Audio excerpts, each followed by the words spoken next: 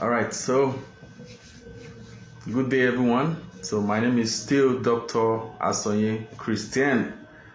All right, so I want to discuss an important issue that I've also received messages concerning, and it's about CAOSCE. CAOSCE. CAOSCE. Let me spell it CAOSCE.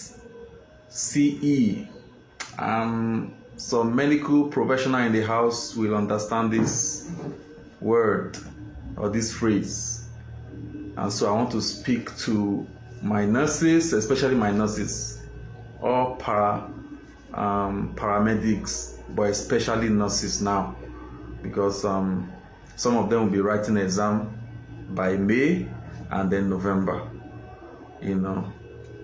so those of you who are getting ready for that May examination, you will need to pay attention. The junior ones too, who will be writing by November, please pay attention. As a matter of fact, all healthcare practitioners, most especially nurses, should pay attention. So I want to speak on this briefly. I will make it a two-part, if I can't finish the first segment now. So that means the video will be in two parts. So make sure that you see both. It's just to prep you up in preparation for your nursing and midwifery council examination coming up by May 2025 and November 2025, and subsequently, because we all do CAOSCE. That's the latest now. Initially it was OSCE, and CAOSCE simply means the clinical assessment objective structured clinical examination. Clinical assessment objective structured clinical examination. Initially we were doing OSCE. OSCE is objective structured clinical examination, but today it is CAOSCE. Clinical assessment objective structured clinical examination. All right, and this is a critical component of Nursing and Midwifery Council of Nigeria qualifying examination, and success in this assessment requires thorough preparation. I will repeat, thorough preparation and a strategic approach. And so I'm going to be sharing some key steps that you can take to ensure that you excel in your CAOSCE examination. Let's start with one. You need to understand CAOSCE format. You need to understand CAOSCE format effectively. Now, how do you understand CAOSCE format? You need to familiarize yourself with the structure of the CAOSCE itself, which typically involves multiple stations where you perform specific clinical tasks within a set time frame. I know they must have taught you this when you were doing all your examination, internal school exams, maybe from 300 level, 200 level second semester upward. But I know if you are 500 level now, 400 level, you must have had series of clinical examination, either in your laboratory, to pay attention to all of this.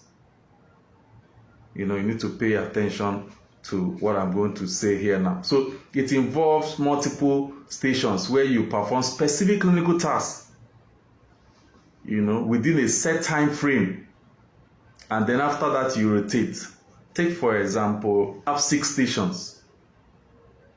6 stations.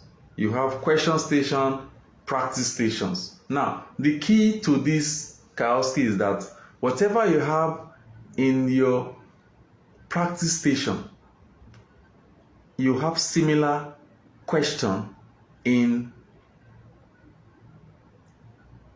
your question station. Take, for example, if you are talking about, if you are told in your practice station to practice wound dressing, you should also think very, very fast that after practicing that wound, types of wound, solutions to dress wound or requirements, indication for wound dressing and the likes. So the question will also take into cognizance of what you have done in the practice station. That's how it goes, vice versa.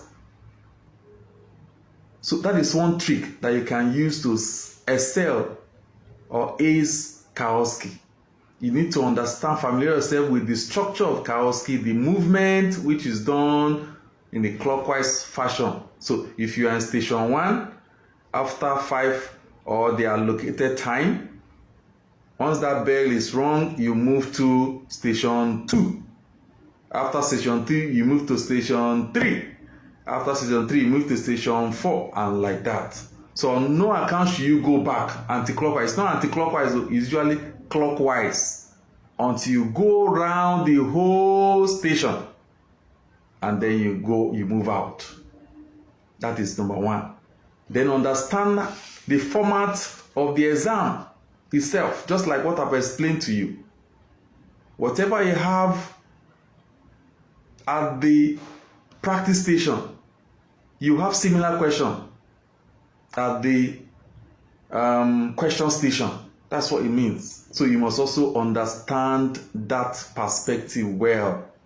Now, another key nugget is that you need to review core clinical skills. Please, before you do your CAOSCE examination, review core clinical skills. What do I mean by that? Ensure proficiency in essential nursing and midwifery skills, including vital signs measurement, medication administration, aseptic techniques, be it patient education, admission and discharge routine, antenatal and postnatal care, health education, on immunization, on balanced diet and nutrition, and a lot of those essential nursing and midwifery skills that you were taught.